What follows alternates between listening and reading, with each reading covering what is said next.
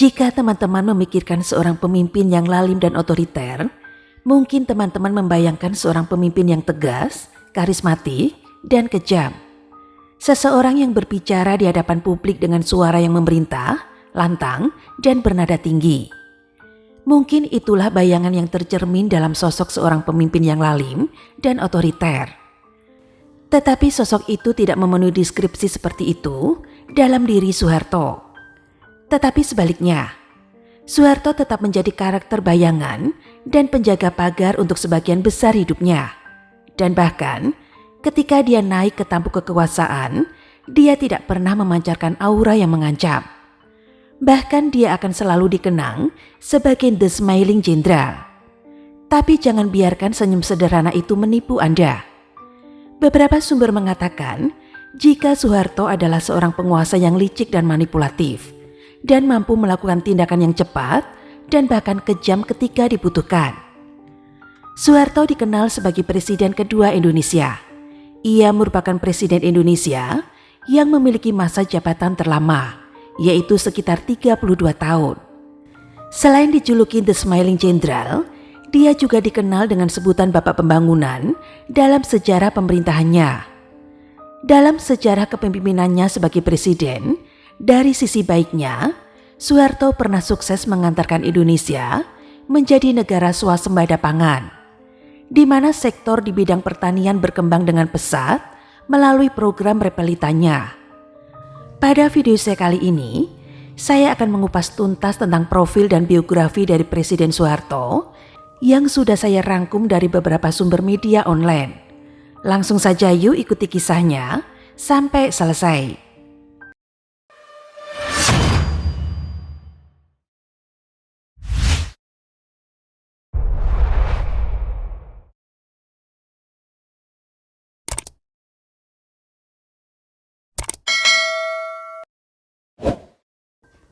Soeharto lahir pada tanggal 8 Juni tahun 1921 di Dusun Kemusuk, Desa Argomulyo, Kecamatan Sedayu, Kabupaten Bantul, Yogyakarta. Ayahnya bernama Kertosudiro, sedangkan ibunya bernama Sukirah. Sejak lahir ia diberi nama Soeharto saja, tanpa nama keluarga. Seperti yang umum terjadi di kalangan masyarakat Indonesia, khususnya di Jawa Tengah. Menurut orang Jawa, nama Soeharto diambil dari kata so yang berarti tinggi atau lebih baik, dan harto artinya harta. Karena dalam pelafalan bahasa Jawa, huruf A dibaca O. Pemberian nama di kalangan orang Jawa yang berarti doa dan harapan untuk anaknya kelak. Nama itu diberikan ayahnya dengan harapan kelak anaknya dianugerahi harta yang melimpah. Dan akhirnya hal tersebut terbukti. Soeharto menjadi orang sukses dengan memimpin bangsa Indonesia selama 32 tahun. Dalam autobiografinya yang berjudul Pikiran, Ucapan, dan Tindakan Saya yang disusun G. Dewi Payana, ibu Soeharto yaitu Sukirah, digambarkan oleh Soeharto sebagai ibu muda yang sedang mengalami masalah mental yang serius dalam rumah tangga. Banyak catatan di buku-buku sejarah Soeharto yang lain juga banyak yang menyebutkan hal yang sama. Ketika Soeharto berumur 40 hari, Sukirah harus menghadapi perceraian dengan suaminya, yaitu Kertosudiro. Ketika itu Sukirah usianya masih sangat muda, yaitu 16 tahun. Akibat perceraiannya inilah yang membuat Sukirah muda, dengan anak yang masih bayi dalam asuhannya, membuatnya mengalami masalah mental. Kertosudiro sendiri sebelum menikah dengan Sukirah, statusnya adalah duda beranak dua. Kertosudiro yang bekerja sebagai petugas irigasi desa atau ulu-ulu, rupanya bukanlah tipe lelaki yang bertanggung jawab. Karena kondisi kesehatan ibunya yang memburuk, Soeharto yang baru berumur 40 hari, diserahkan ibunya kepada Mbah Kromodiryo, bidan yang membantunya melahirkan, dan sekaligus adik perempuan nenek Soeharto dari pihak ayah. Sedangkan ayahnya setelah berpisah dengan ibunya menikah lagi dan berganti nama menjadi Noto Karyo dan dikaruniai 4 orang anak. Banyak pengamat Soeharto seperti R.E. Elson, beberapa biografer dan orang dekatnya termasuk mantan Menteri Penerangan yang dekat dengan Soeharto, yaitu Masuri, meyakini bahwa Kertosudiro bukanlah ayah kandung Soeharto. Ada juga rumor yang beredar bahwa ia adalah anak haram dari seorang pengusaha Tionghoa. Sementara sumber yang dekat dengan intelijen militer mengklaim bahwa orang tuanya berasal dari kalangan bangsawan. Hal ini bermula pada tahun 1974. Sebuah pemberitaan muncul dan menghebohkan dari majalah gosip bernama Pop dengan liputan yang menurunkan kisah lama yang beredar bahwa Soeharto adalah anak dari Patmodipuro, seorang bangsawan dari Trahamengkubuwono II.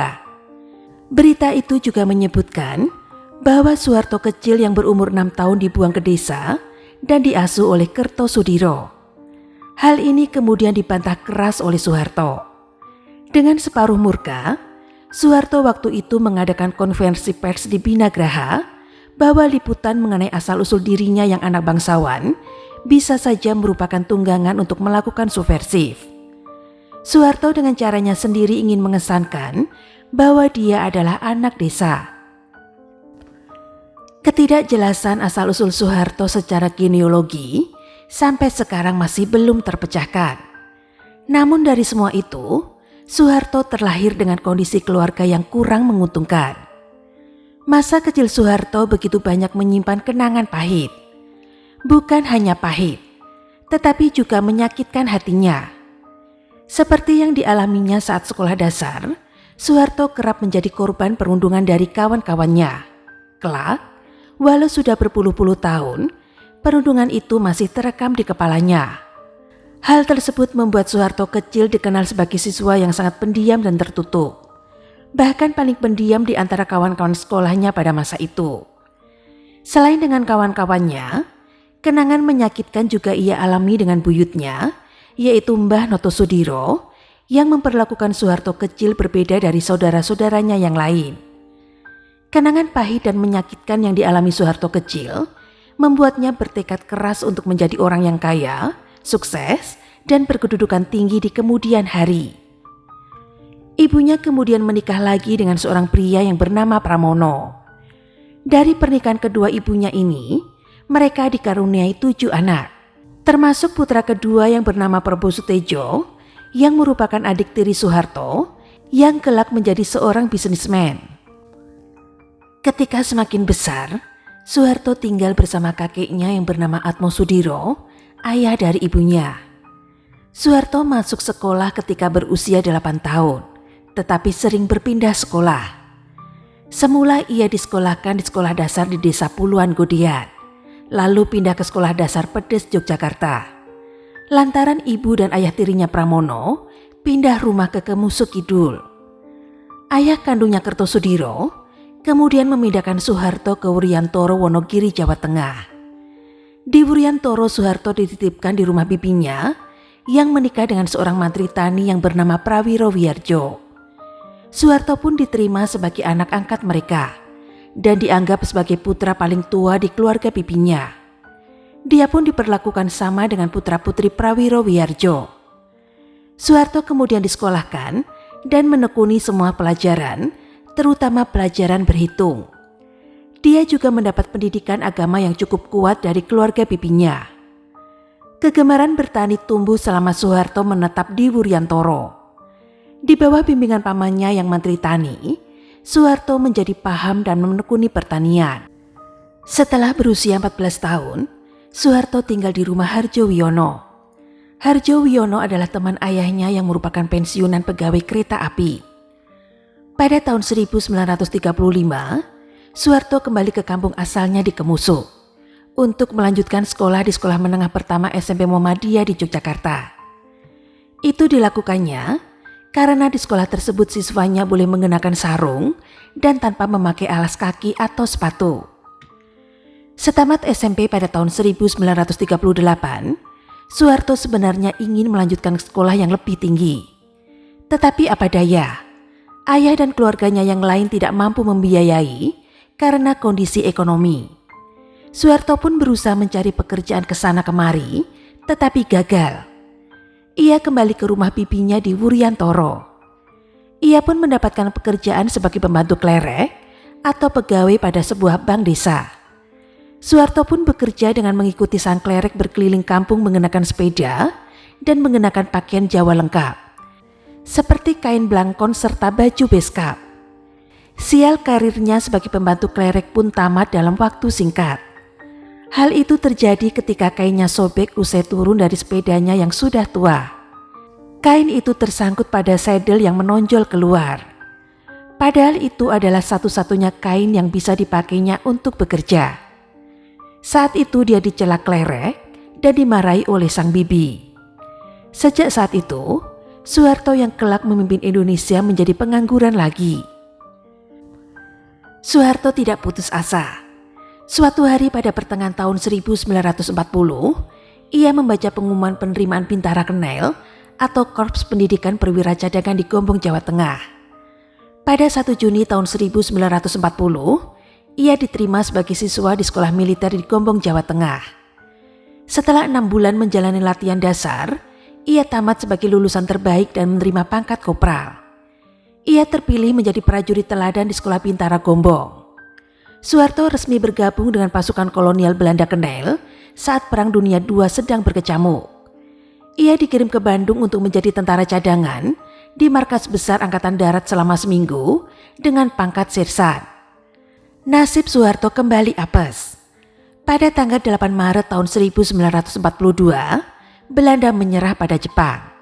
Dengan demikian, berakhir pula lah kiprahnya di Knell. Soeharto pun kembali menumpang di rumah bibinya di Wuryantoro dan ia pun kembali menganggur. Tidak patah semangat, Soeharto kembali mengikuti pendaftaran PETA atau Tentara Pembela Tanah Air, yaitu pasukan yang disponsori oleh Jepang. Dia pun diterima sebagai perwira pembantu letnan yang berdinas di Karanganyar, Kebumen. Setelah masa percobaannya selesai dan dianggap layak, ia pun mengikuti pendidikan militer lanjutan di Bogor, Jawa Barat, dan ia diangkat menjadi Judanjo atau Komandan Kompi. Pada tanggal 17 Agustus tahun 1945, Indonesia secara resmi mengumumkan kemerdekaan. Soeharto kemudian secara resmi diangkat menjadi anggota TNI pada 5 Oktober tahun 1945 dengan pangkat letnan. Tidak lama kemudian, berkat reputasi dan pengalamannya di PETA, ia ditunjuk sebagai komandan batalion dengan pangkat mayor. Pada tahun 1946, pangkatnya kembali naik menjadi komandan resimen yang berpangkat letnan kolonel. Ketika dia dipromosikan menjadi letnan kolonel, usianya masih tergolong muda, yaitu 24 tahun. Pada bulan Oktober tahun 1947, Soeharto didatangi oleh paman sekaligus orang tua angkatnya, yaitu Prawiro Diharjo.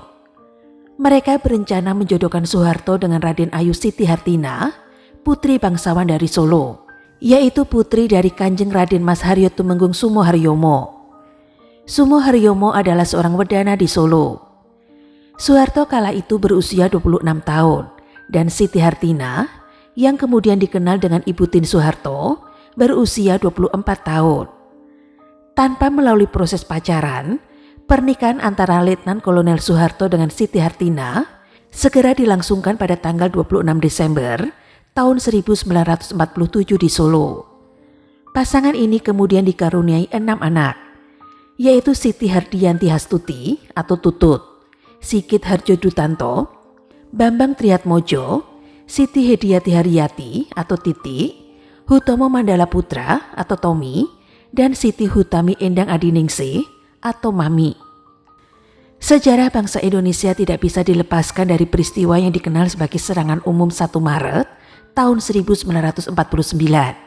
Dan itu menjadi peristiwa yang menjadi catatan penting dalam sejarah bangsa ketika resmi merdeka dari penjajahan bangsa Belanda.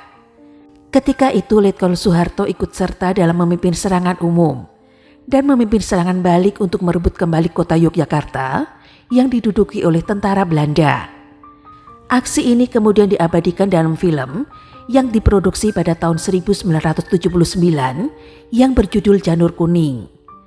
Serangan yang dipimpin oleh Soeharto ini berhasil merebut Yogyakarta, yang waktu itu sebagai ibu kota Republik Indonesia, dari penjajahan Belanda, dan berhasil menduduki Yogyakarta selama 6 jam. Inisiatif itu muncul atas saran Sri Sultan Hamengkubuwono IX kepada Panglima Besar Sudirman yang langsung memerintahkan Letkol Soeharto untuk memimpin serangan tersebut. Tujuan dari serangan umum 1 Maret adalah menunjukkan pada dunia internasional tentang eksistensi dari TNI ketika itu dalam membela bangsa Indonesia untuk membuktikan bahwa Republik Indonesia dan TNI masih ada. Selain itu, setelah Perang Kemerdekaan berakhir, Soeharto juga ikut berperan besar dalam operasi pembebasan Irian Barat dari tangan Belanda. Ketika itu Soeharto ditunjuk sebagai Komandan APRIS atau Angkatan Perang Republik Indonesia Serikat, sektor Kota Makassar, yang bertugas mengamankan kota dari gangguan ex-Kenil. Ia juga memimpin Brigade Garuda Mataram dalam operasi penumpasan pemberontakan Andi Asis di Sulawesi. Ketika Belanda telah meninggalkan Indonesia, Insinyur Soekarno dan Muhammad Hatta telah menjadi presiden dan wakil presiden pertama Republik Indonesia. Selama beberapa tahun berikutnya, Soeharto tetap berada di belakang layar sebagai sosok yang tidak mencolok, namun naik jabatan dengan cepat. Pada tanggal 3 Juni tahun 1956, ia diangkat menjadi Kepala Staf Panglima Tentara dan Teritorium 4 Diponegoro di Semarang. Dari Kepala Staf, ia diangkat sebagai pejabat Panglima Tentara dan Teritorium 4 Diponegoro. Pada Januari tahun 1957, pangkatnya dinaikkan menjadi kolonel. Lembaran hitam juga sempat mewarnai perjalanan kemiliterannya. Beruntung dia tidak dipecat dari institusi kemiliteran, tetapi dicopot jabatannya sebagai Pangdam Diponegoro oleh Jenderal Nasution. Peristiwa pencopotan tersebut terjadi pada tanggal 17 Oktober tahun 1959 akibat ulahnya yang diketahui menggunakan institusi militernya untuk meminta uang dari perusahaan-perusahaan di Jawa Tengah. Kasusnya hampir dibawa ke pengadilan militer oleh Kolonel Ahmad Yani. Tetapi atas saran Jenderal Gatot Subroto saat itu, dia dibebaskan dan dipindahkan ke Sekolah Staf dan Komando Angkatan Darat atau Seskoat di Bandung, Jawa Barat. Namun cacat dalam karirnya itu tidak menghalangi jalan mulus Soeharto di ketentaraan. Buktinya, hanya butuh waktu kurang dari 10 tahun baginya untuk menduduki kursi kuasa tertinggi di negara ini. Pada 1 Januari tahun 1960, pangkat Soeharto dinaikkan menjadi Brigadir Jenderal. Ia berhasil meraih bintang di pundaknya meskipun sebelum lulus kursus di Sekolah Staf dan Komando Angkatan Darat atau SSKAD dan hanya pernah mengenyam pendidikan militer setingkat bintara. Banyak para jenderal kala itu meragukan intelektualitasnya untuk menjadi jenderal. Namun Soeharto juga dikenal sebagai seorang perwira lapangan yang handal selama masa perjuangan dengan kekuatannya, yaitu pengalaman, kecerdikan, intuisi, kepemimpinan, kecerdasan emosi, hingga kejelian atau keberuntungannya dalam membaca setiap kesempatan, sekalipun ia tidak pernah mengenyam pendidikan formal atau informal yang memadai atau kursus militer di luar negeri. Akhirnya atas peran Letnan Jenderal Gatot Subroto, ia diangkat sebagai Deputi 1 Kepala Staf Angkatan Darat. Karirnya pun semakin melesat.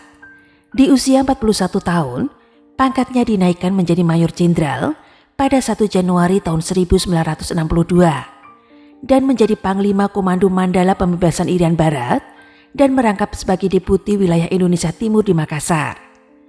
Sekembalinya dari Indonesia Timur, Soeharto yang telah naik pangkat menjadi Mayor Jenderal ditarik ke markas besar ABRI oleh Jenderal Abdul Haris Nasution.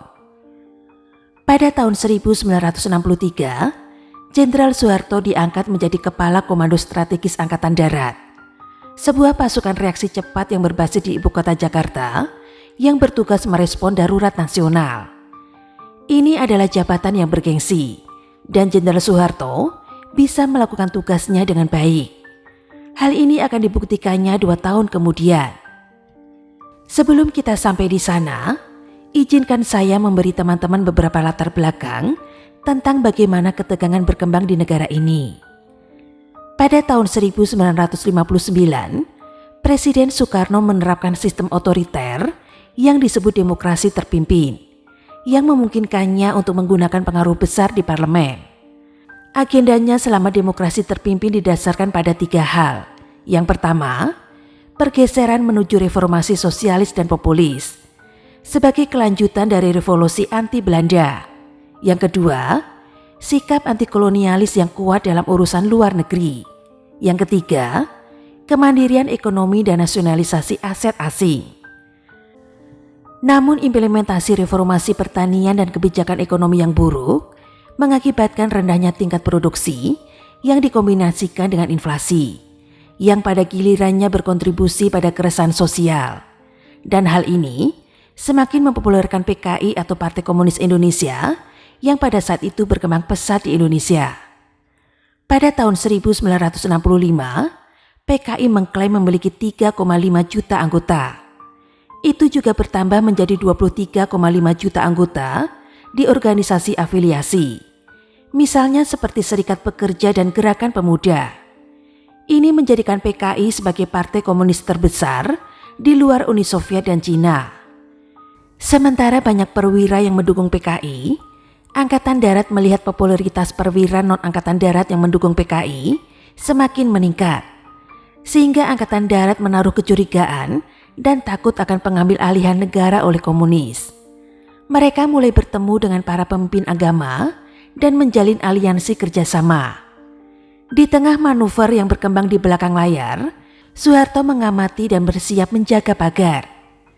Kemudian pada paruh kedua tahun 1965, desas-desus mencapai lingkaran dalam Presiden Soekarno bahwa sekelompok perwira sayap kiri sedang merencanakan kudeta. Pada dini hari tanggal 1 Oktober tahun 1965, segalanya menjadi memuncak. Sebuah kelompok bersenjata yang disebut Gerakan 30 September menculik 6 jenderal tertinggi dan 1 letnan. Ketujuh petugas itu kemudian dieksekusi dan dibuang ke sebuah sumur di Jakarta Timur yang dikenal sebagai Sumur Lubang Buaya. Tindakan kekerasan ini menyebabkan kematian korban ke-8 yang tidak bersalah, yaitu Putri Cindra Nasution yang berusia 6 tahun, yaitu Ade Irma Suryani. Pemimpin gerakan, Letnan Kolonel Untung dari pengawal Presiden Cakrabirawa, memerintahkan penyitaan layanan penyiaran negara. Dari sana, para pemberontak memproklamirkan pemerintahan revolusioner baru. Sekarang yang menjadi pertanyaan, siapa di balik kudeta ini? Menurut Profesor John Rosa dari University of British Columbia, beberapa petinggi PKI telah berperan dalam komplotan tersebut. Namun sebagian besar kader partai tidak mengetahui rencana tersebut. Organisasi kepemudaan PKI juga pernah dilatih untuk aksi militer, tetapi dibiarkan bersiaga tanpa perintah. Dan mereka tidak tahu kalau mereka akan membunuh para jenderal Angkatan Darat. Profesor John Rosa dalam bukunya yang berjudul Dalih Pembunuhan Massal, Gerakan 30 September dan Kudeta Soeharto juga mencatat, Soeharto mengetahui rencana penculikan sejumlah jenderal. Hal itu berdasarkan kesaksian salah satu pelaku, yaitu Kolonel Abdul Latif dalam persidangannya. Kolonel Abdul Latif bersaksi bahwa ia sudah melaporkan kepada Jenderal Soeharto soal rencana penculikan sejumlah jenderal yang diyakini sebagai Dewan Jenderal yang akan melakukan kudeta pada Presiden Soekarno. Secara keseluruhan, setidaknya Soeharto mengetahuinya, tetapi tidak melakukan apapun untuk mencegahnya. Sementara itu dalam kesaksiannya kepada Mahkamah Militer, Kolonel Latif membeberkan alasannya tidak memasukkan nama Soeharto dalam target penculikan. Karena kami anggap Jenderal Soeharto loyalis Bung Karno, maka tidak kami jadikan sasaran. Kata Kolonel Latif seperti dikutip pada buku Gerakan 30 September, Pelaku, Pahlawan, dan Petualang, karya penulis Julius Poor yang terbit pada tahun 2010. Dalam pledoi Kolonel Abdul Latif di persidangan, Soeharto mengelak telah menerima laporan dari Kolonel Latif. Soeharto mengatakan, Kolonel Latif tidak memberi informasi apa-apa, malah akan membunuhnya saat itu juga. Dia justru akan membunuh saya. Tapi karena saya berada di tempat umum, dia mengurungkan niat jahatnya itu, kata Soeharto waktu itu. Hanya beberapa jam setelah pembunuhan para jenderal, Soeharto akhirnya memutuskan untuk melompat dari pagar dan memanfaatkan kekuatan daruratnya. Salah satu perwira yang terbunuh adalah Jenderal Ahmad Yani yang menjabat sebagai Panglima Angkatan Darat. Ada aturan di Angkatan Darat, Jika Panglima Angkatan Darat berhalangan hadir, maka komando akan digantikan oleh Panglima Kostrad, yang kala itu dipegang oleh Jenderal Soeharto. Jenderal Soeharto dengan cepat melangkah ke medan pertempuran dan dengan cepat menekan gerakan 30 September dan mengendalikan narasi peristiwa. Dia dan perwira tinggi lainnya mengobarkan opini publik terhadap PKI, menyalakan pembunuhan dan percobaan kudeta pada seluruh organisasi dan pendukungnya. Dan menurut dokumen yang dideklasifikasi oleh pemerintahan Amerika Serikat, CIA mendukung upaya propaganda Soeharto dengan memasok peralatan komunikasi. Namun terlepas dari propaganda dan tekanan para jenderal, Presiden Soekarno menyatakan sikap untuk mempertahankan PKI dengan pandangan Nasakom, yaitu nasionalisme, agama, dan komunis. Ini semua motivasi yang dibutuhkan Soeharto untuk memulai pembersihan dengan kekerasan terhadap partai. Aksi pertamanya adalah memberangkatkan RPKAD, yaitu Satuan Komando Penerjun Payung ke Jawa Tengah dan Bali. Di sini para pemimpin partai komunis, anggota partai atau simpatisan yang dicurigai, ditangkap dan dibunuh secara massal. Seringkali pembunuhan dilakukan langsung oleh angkatan bersenjata yang terlibat PKI. Mereka kebanyakan sibuk membersihkan pasukan pengawal presiden yang bernama Cakra Birawa, 2 divisi di Jawa Tengah, dan sebagian besar angkatan udara. Dalam hal warga sipil, militer lebih memilih untuk mempersenjatai dan melatih unit-unit milisi, dan membiarkan milisi melakukan pekerjaan kotor. Sebagian besar milisi ini beroperasi di daerah pedesaan. Sebuah kelompok bersenjata akan mengincar sebuah desa yang dicurigai mendukung PKI. Mereka akan mengepungnya, menangkap anggota partai dan simpatisan, dan menahan mereka di pusat penahanan sementara, tempat para tahanan disiksa dan diinterogasi. Tahanan dikirim ke hutan untuk aksi terakhir. Mereka ditembak, ditikam, dipukul sampai mati, dan mayat mereka dibuang ke kuburan massal. Dalam banyak kasus, mayat dibuang ke sungai atau dibiarkan membusuk di jalanan. Untuk lebih meneror penduduk setempat, para milisi melakukan mutilasi mayat dan membiarkan kepala dan alat kelamin mereka terlihat jelas. Meskipun tidak ada dokumen yang membuktikan bahwa Soeharto secara langsung memerintahkan pembunuhan tersebut, tetapi dia berada di puncak rantai komando dan mengarahkan tindakan pasukan terjun payung dan pelatihan milisi. Profesor John Rosa dari University of British Columbia menduga bahwa Soeharto pasti paling tidak menyetujui pembantaian tersebut. Dan menurut Profesor Brad Simpson dari University of Connecticut menyatakan, pemusnahan PKI mendorong karir Jenderal Soeharto lebih melejit lagi. Sementara Presiden Soekarno dengan kekuatan politiknya yang semakin melemah, hingga beberapa bulan kemudian, Presiden Soekarno mengeluarkan surat perintah 11 Maret atau Subah Semar pada tahun 1966 yang terkenal dan masih menjadi kontroversi sejarah, sebab naskah aslinya tidak diketahui keberadaannya sampai sekarang. Super Semar dikeluarkan oleh Presiden Soekarno dan berisi himbauan atau perintah dari Presiden kepada Letjen Soeharto untuk mengendalikan dan menjaga keamanan dan juga ketertiban negara yang ketika itu sedang kacau, dan juga menjaga keselamatan Presiden. Selain itu, Super Semar juga berisi mandat pemindahan kekuasaan dari Presiden Soekarno ke Letjen Soeharto yang kelak menjadikan Soeharto menjadi presiden yang baru bagi bangsa Indonesia. Dengan kekuatan Super Semar, Jenderal Soeharto langsung bergerak cepat dengan menangkap 15 menteri dan memecat anggota kabinet lainnya. Pada tanggal 12 Maret, Soeharto secara de facto menjadi kepala pemerintahan Indonesia, dengan Soekarno masih menjabat sebagai presiden yang tidak memiliki kekuasaan. Pada bulan Maret tahun 1967, Majelis Permusyawaratan Rakyat mengangkat Soeharto sebagai presiden sementara. Presiden Soekarno pun diasingkan di Wisma Yaso yang berlokasi di Jalan Gatot Subroto hingga sakit dan meninggal pada tanggal 21 Juni tahun 1970. Konsolidasi kekuatannya selesai tepat 1 tahun kemudian.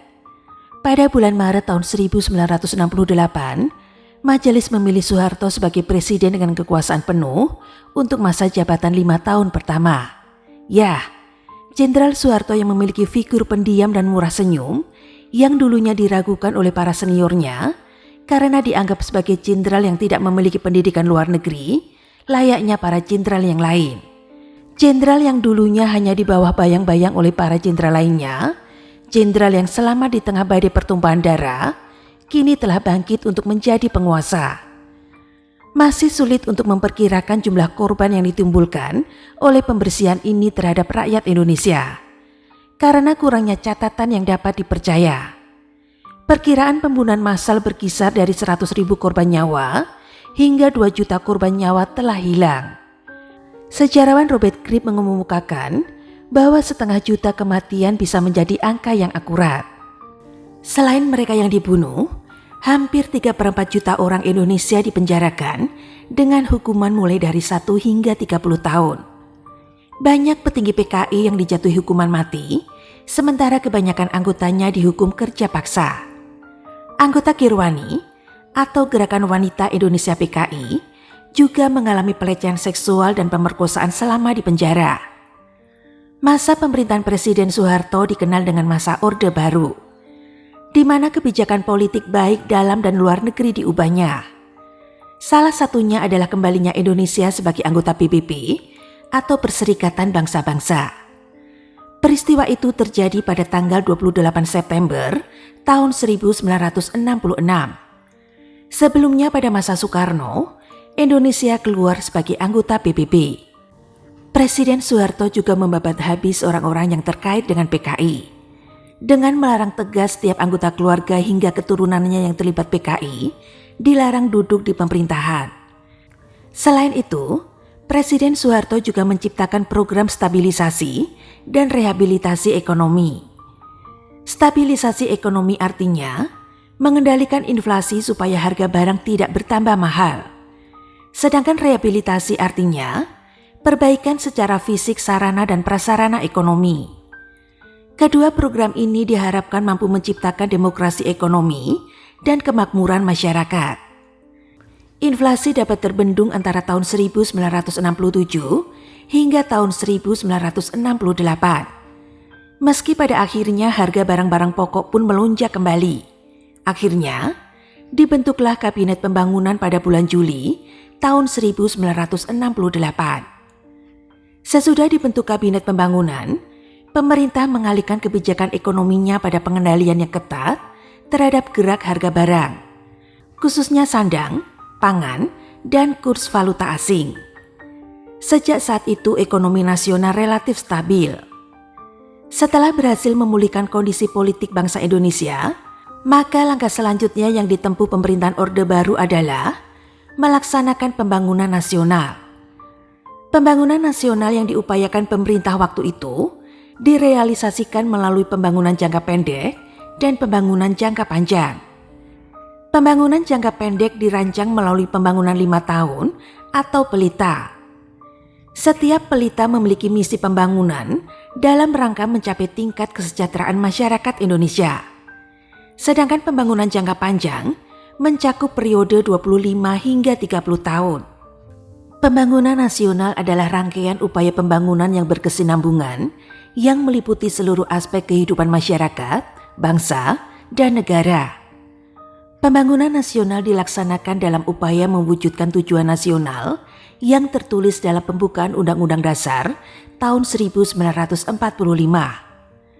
Pada masa Orde Baru, pemerintah menjalankan kebijakan yang tidak mengalami perubahan terlalu signifikan selama 32 tahun. Dikarenakan pada masa itu, pemerintah sukses menghadirkan suatu stabilitas politik, sehingga mendukung terjadinya stabilitas ekonomi. Karena hal itulah, maka pemerintah jarang sekali melakukan perubahan-perubahan kebijakan, terutama dalam hal anggaran negara. Pada masa pemerintahan Orde Baru, kebijakan ekonominya berorientasi kepada pertumbuhan ekonomi. Kebijakan ekonomi tersebut didukung oleh kestabilan politik yang dijalankan oleh pemerintah. Politik dan ekonomi Indonesia kala itu sangat stabil, karena Presiden Soeharto melakukan berbagai pembatasan, seperti pembatasan untuk beropini, pembatasan partai politik, dan juga sensor media yang ketat. Presiden Soeharto juga berhasil memanfaatkan kelebihan Indonesia dalam bidang agraria. Presiden Soeharto sukses mengantarkan Indonesia sebagai produsen beras terbesar di dunia. Tercatat pada tahun 1984, produksi beras mencapai 25,8 juta ton. Hal tersebut dituangkan ke dalam jargon kebijakan ekonomi yang disebut dengan trilogi pembangunan, yaitu stabilitas politik, pertumbuhan ekonomi yang stabil, dan pemerataan pembangunan. Dari keberhasilannya inilah sehingga Presiden Soeharto kemudian disebut sebagai Bapak Pembangunan yang diberikan oleh FAO atau Food and Agriculture Organization of the United Nations karena keberhasilannya tersebut. Tentu saja kesuksesan Soeharto tidak berhenti sampai di sana. Memasuki periode kelima ia menjabat sebagai presiden, ayah 6 anak ini sukses dalam program kependudukan dan keluarga berencana atau KB. Ia mendapatkan piagam UN Population Award dari markas besar PBB di New York pada tanggal 8 Juni tahun 1989. Selama masa Orde Baru, semua partai dilebur menjadi 3 bagian, yaitu Golkar, PDI, dan P3. Golkar adalah partai yang dibangun militer untuk menjadi kendaraan politik mereka. Tugas partai ini dulunya untuk menduduki sebanyak mungkin kursi di DPR untuk melegitimasi kekuasaan Soeharto. Sementara PDI dan P3 hanya menjadi kelompok politik hasil fusi sejumlah partai yang direkayasa oleh kekuasaan. Kedua partai ini disebut oleh Salim Hadji Said hanya berfungsi menjadi pelengkap penderita di atas pentas politik yang dikuasai Soeharto. Selain itu, orang-orang yang dipandang kritis kepada kekuasaan juga dipastikan tidak akan pernah bisa menemukan anak tangga karir di panggung politik. Semua yang mendapatkan izin untuk memperebutkan kursi di DPR dan MPR harus steril setelah difilter oleh peneliti khusus atau litsus penguasa. Namun akibat krisis moneter yang terjadi di Indonesia sejak pertengahan tahun 1997, masa kekuasaan Soeharto mulai terkikis. Ketika krisis menghantam, Soeharto tidak berkutik.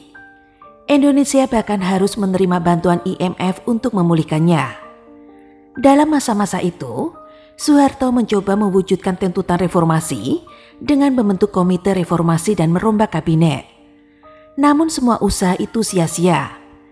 Tuntutan agar Soeharto mundur terus bergema, bahkan berujung pada demonstrasi para mahasiswa yang disebut sebagai ujung tombak perlawanan dan memakan korban dengan 4 nyawa mahasiswa melayang akibat ditembak aparat.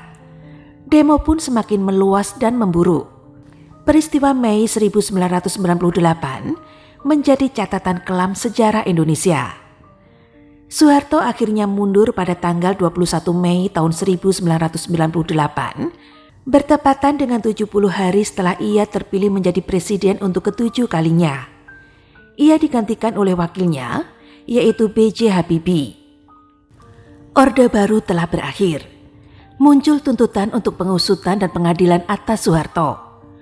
Pada tanggal 3 Desember tahun 1998, Presiden ketiga B.J. Habibie menginstruksikan Jaksa Agung A.M. Ghalib untuk segera memeriksa Soeharto.